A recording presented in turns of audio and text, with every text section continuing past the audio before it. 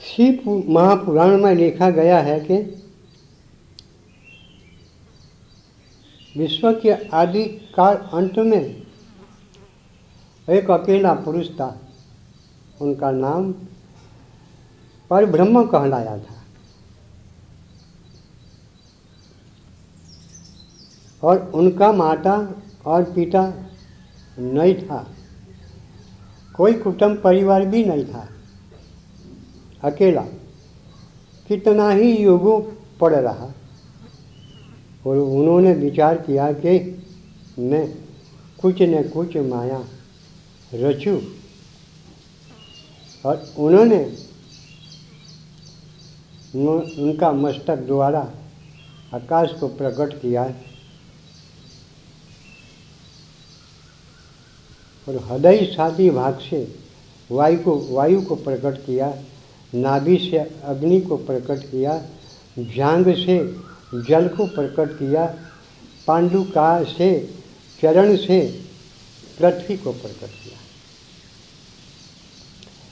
पंच महाभूत को स्थिर बना दिया और उनके दो नेत्र दादी और जमनी नेत्र से चंद्र सूर्य को धारण कर दिया और विचार करने लगा कि और मैं क्या करूं।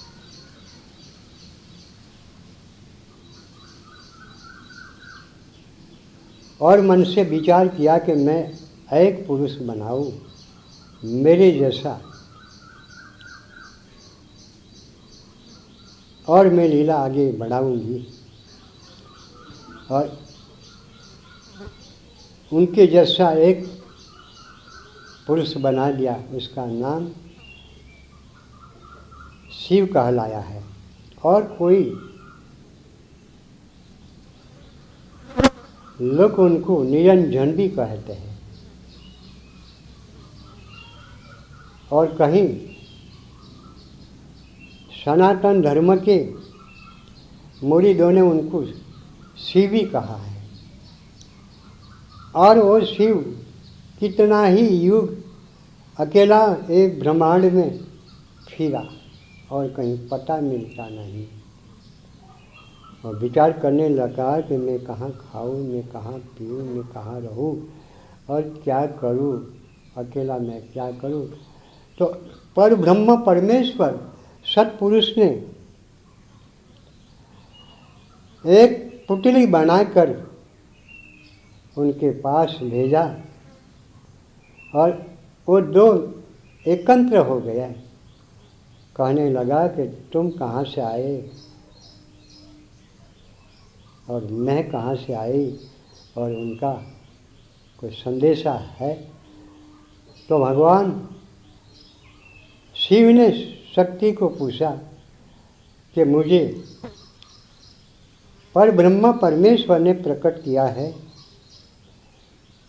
तुमने किसी ने प्रकट किया। तो वो शिव कहते हैं मुझे भी शिव ने प्रकट किया है, इस सृष्टि को सर्जन करने के लिए मुझे वहाँ रखा है। और शक्ति को भग भी ना था तो शिव विचार करने लगा कि मैं कैसे करूं, बीज कहाँ डालूं। और बुद्धि से शक्ति को भग उन्होंने बनाया और बीज डाला। वो बीज कहीं समय से शक्ति को प्रकट हुआ और तेज तेज का अंबार एक बालक प्रकट हुआ और पीला वस्त्र था और कितना ही सूरज का तेज प्रकाशित था। उनका कोई रूप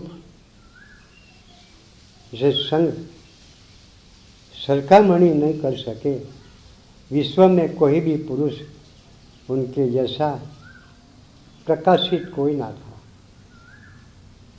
और शिव और शक्ति विचार करने लगे कि उनका नाम पतिदेव कौन सा रखेंगे और उनका नाम विष्णु कहलाया है। और उन्होंने क्षीर सागर के ऊपर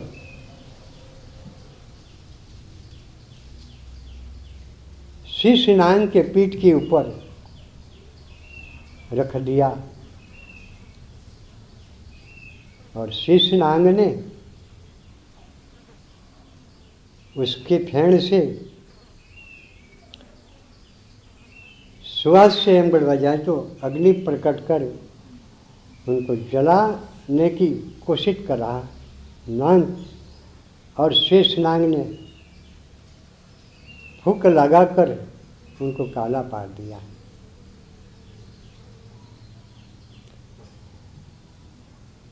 उन्होंने विचार किया कि मैं ये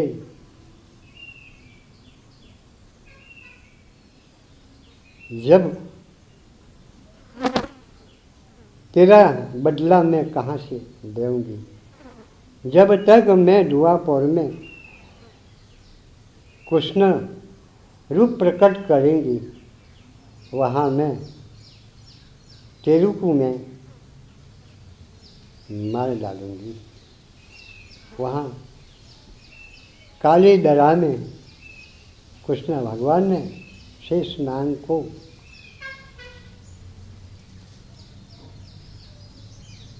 रस्सी से बांध दिया था और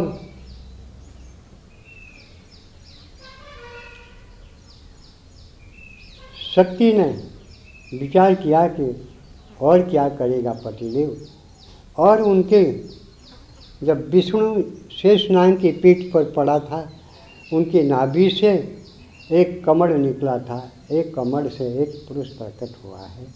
वही पुरुष विचार करने लगा कि मेरा पिता कौन है, मेरी माता कौन है, मेरी उत्पत्ति करने वाले कौन है, मैं कहाँ से आया हूँ। और इसकी नाल से नीचे उतरा और विष्णु को दर्शन कर लिया।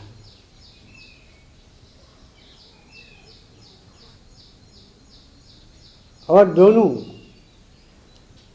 झगड़ते हुए हैं और शिव और शक्ति ने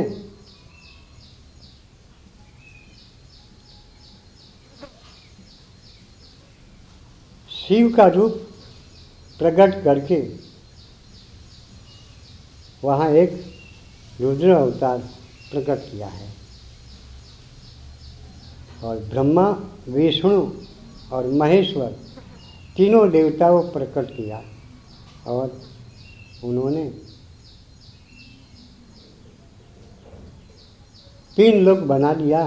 शिव ने आकाश, पाताल, मृत्य तीनों लोक में उनको जब जो करना था वो हथियार उनको देने लगे हैं। भगवान ब्रह्मा जी ने कहा है तुम्हारे सृष्टि की उत्पत्ति करने की है और विष्णु तुम्हारे पालन पोषण करने का है और रुद्र तुम्हारे उनका संहार करने का है, और जो भी तुम्हारे काम पड़ेगा जरूर पड़ेगा, अगत्य कोई काम पड़ेगा तो हमारा ध्यान लगाकर शून्य में हम रहते हैं। और भगवान विष्णु ने कहा है कि पिताजी वो बात तो सही है, पर हमारी जो प्रजा प्रकट होए तब वो प्रजा को पार करने से कोई हथियार तो हमारे पास है नहीं। और शक्ति ने 3 देवियों को प्रकट किया, सरस्वती, पार्वती और लक्ष्मी। ये तीनों देवी और तीनों देवताओं को सौंप दिया पत्नी रूप में और उनका संसार चलाया। भगवान विष्णु, ब्रह्मा और महेश्वर और तीनों ने उनकी प्रजा प्रकट किया है। और मतलब तीनों देवताओं पिताजी को पूछने लगा कि पिताजी आप तो चले जाएंगी, हमारी प्रजा कौन से धर्म के ऊपर पार होएंगी और कुछ कर्म करेंगी, तो वही बता दो। तो पिता ने कहा है कि तुम्हारे प्रजा को, तीनों देवों की प्रजा को पार करने के लिए सनातन धर्म रखा हुआ है और सनातन धर्म को पालन करेगी तो मेरा स्थल पर आकर मिल जाएंगे। लेकिन सनातन धर्म में आपको कहलाया है, उसका पालन करने से तीनों देवता हिल मिल के रहना और तुम्हारी जो प्रजा प्रकट होगी वही प्रजा को सत्कर्म करने के लिए सनातन धर्म है। तो सनातन धर्म का स्वरूप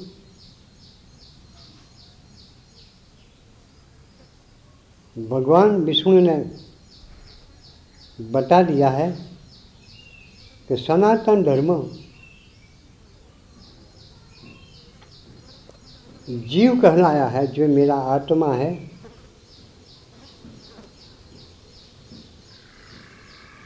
मेरा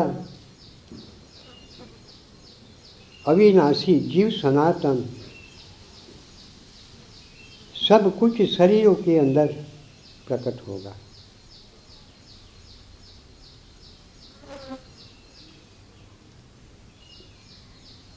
तब